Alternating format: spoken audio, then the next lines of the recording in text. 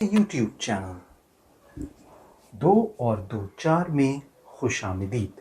निकल जाओ मेरे घर से और दोबारा यहाँ आने की हिम्मत मत करना। मैं तो अभी जा रहा हूँ, लेकिन हमारी अगली मुलाकात बहुत जल्द होगी।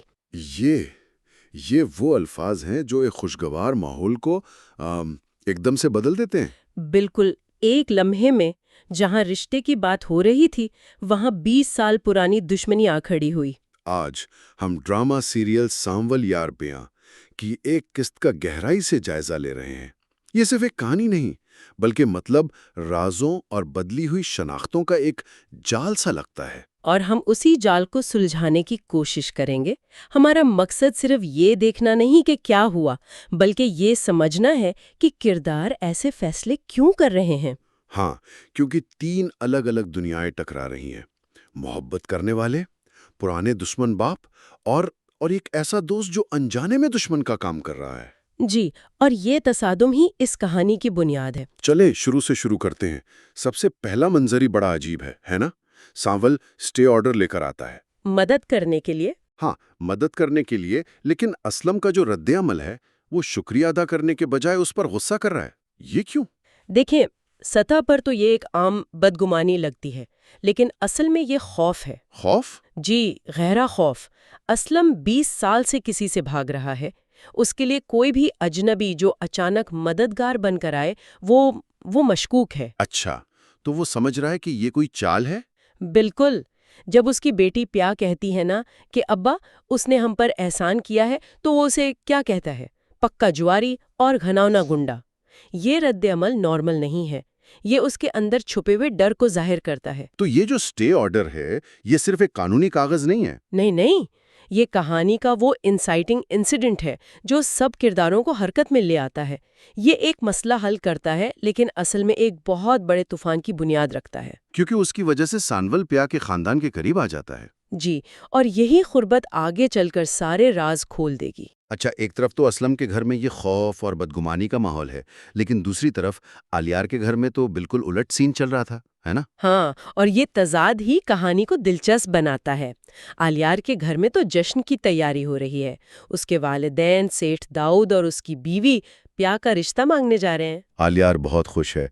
शुक्रिया बाबा, मुझे यकीन था आप मान जाएंगे। वहाँ उम्मीद है, मोहब्बत है। एक खानदान मुस्तकबिल के ख्वाब देख रहा है और दूसरा माजी के खौफ में कैद है।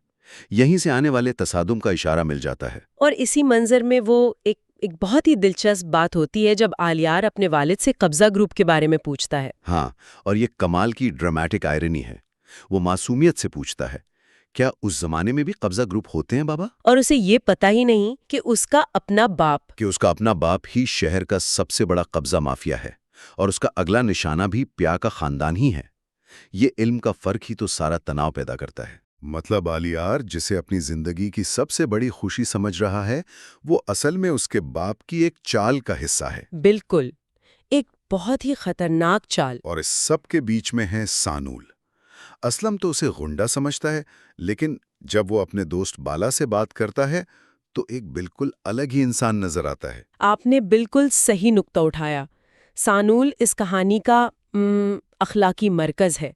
वो जिस तरह प्या के लिए अपनी मोहब्बत का जिक्र करता है। हाँ, वो कहता है, मेरी वफा ने खुद उसकी मोहब्बत को दिल के किसी पाक कोने में दफन कर दिया, क्योंकि अब वो किसी और की अमानत है। और मोहब्बत में बेवफाई नहीं होती, सिर्फ एहतराम होता है।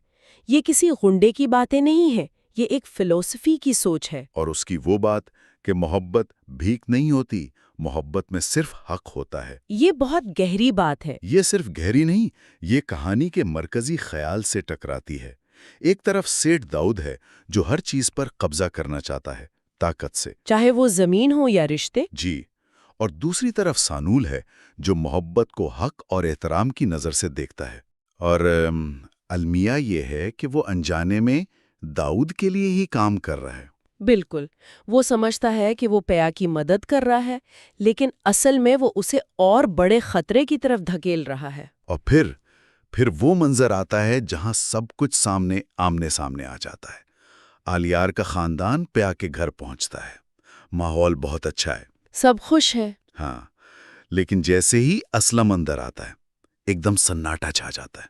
وہ لمحہ جہاں ماضی حال بن جاتا ہے، اسلم کی نظر سیدھی داؤد پر پڑتی ہے۔ اور اس کی کانپتی ہوئی آواز میں وہ سوال، تم موسیٰ ہو نا، سکر والے؟ وہ صرف ایک نام نہیں لے رہا، وہ سیٹھ داؤد کے نئے امیج کو چیر کر اس کا ماضی سب کے سامنے لا رہا ہے۔ اور داؤد کا جواب، اب میرا نام سیٹھ داؤد ہے، مطلب وہ پرانا موسیٰ مر چکا ہے۔ بالکل، وہ اپنی طاقت کا اعلان کر رہا ہے، لیکن اسلم بھی پیچھے نہیں ہٹتا۔ وہ کہتا ہے، نام بدلنے سے انسان کی فطرت نہیں بدلتی موسیٰ۔ یہیں سے پتہ چلتا ہے کہ یہ دشمنی بہت پرانی اور گہری ہے۔ اور پھر داؤد وہ بات کہتا ہے جو سب کچھ واضح کر دیتی ہے۔ داؤد اپنی چیز واپس لینے ضرور آتا ہے۔ تمہاری بیٹی اب میری ہے، صرف تمہارے پاس امانت ہے۔ یہ ایک رشتے کی بات نہیں تھی۔ یہ تو کھلی دھمکی تھی، اعلان جنگ تھا۔ جی، اس نے پیا کو ایک ٹرافی بنا دیا ہے جسے وہ اسلم سے جیتنا چاہتا ہے۔ آلیار اور پیا کی محبت اس کے لیے کوئی معنی نہیں رکھتی۔ اس واقعے کے بعد تو اسلم بالکل ٹوٹ جاتا ہے، فوراً گھر بدلنے کی بات کرتا ہے، لیکن اپنی بیوی کو بھی سچ نہیں بتاتا۔ یہ راز کیوں چھپا رہا ہے وہ؟ کیونکہ یہ راز صرف دشمنی کا نہیں، شاید شرمندگی کا بھی ہے۔ وہ اپنے ماضی کی کسی غلطی سے بھاگ رہا ہے جس کا تعلق جوئے سے ہو سکتا ہے۔ اچھا، تو وہ اپنے خاندان کے سامنے کمزور نہیں پڑھنا چاہتا؟ بالکل، وہ ایک باپ کے طور پر اپنی عزت بچانا چاہتا ہے، اس لیے وہ بھاگتے رہنا بہتر سمجھتا ہے۔ تو اس کا مطلب یہ ہوا کہ گیراج پر قبضے کی کوشش وہ صرف ایک اتفاق نہیں تھا؟ نہیں، وہ ایک جال تھا، اسلم کو ڈھونڈنے کا، اسے باہر نکالنے کا۔ اور اس جال کو بچھانے میں انجانے میں سانول نے مدد کی۔ جی، اور کہانی کا سب سے بڑا المیہ آخری منظر میں سامنے آتا ہے جب اسلم سانول سے ملتا ہے اور اس پر سیدھا الزام لگا دیتا ہے کہ تم موسیٰ کے ساتھ ملے ہوئے ہو۔ سانول کا کیا حال ہوا ہوگا یہ سن کر؟ وہ تو سکتے میں آ جاتا ہے۔ وہ مانتا ہے کہ سیٹھ داؤد اس کا مالک ہے، لیکن اسے اس کے ماضی یا اس دشمنی کا کچھ نہیں پتا تھا۔ تو یہاں آ کر ساری کڑیاں مل جاتی ہیں۔ جی، وہ جس عورت سے محبت کرتا ہے اسی کے خاندان کے دشمن کے لیے کام کر رہا ہے۔ وہ مدد کرنے کی کوشش میں اصل میں سب سے بڑا نقصان کر رہا ہے۔ تو جو ایک سادہ سی محبت کی کہانی لگ رہی تھی وہ دراصل پرانی دشمنیوں اور مجبوریوں کی ایک بہت ہی پیچیدہ داستان ہے۔ دو باپ ہیں جو اپنی جنگ لڑ رہے ہیں، اور ان کے بچے ہیں جن کا مستقبل داؤ پر لگا ہے، اور ایک سانول ہے جو ہیرو بننا چاہتا تھا لیکن ایک مہرا بن کر رہ گیا ہے۔ اور کہانی ہمیں ایک بہت بڑے سوال کے ساتھ چھوڑ جاتی ہے۔ بالکل، اسلم آخر میں بھی سانول پر یقین نہیں کرتا۔ جب مادھی کے زخم اتنے گہرے ہوں اور ندویری اتنا زیادہ ہو تو کیا سچائی کبھی سامنے آ سکتی ہے؟ یا کیا انسان اپنی پچھلی نسل کے گناہوں کا بوجھ اٹھانے پر مجبور ہیں؟ یہی وہ سوال ہے جو اس کہانی کو صرف ایک ڈرامہ نہیں بلکہ ایک المیہ بناتا ہے۔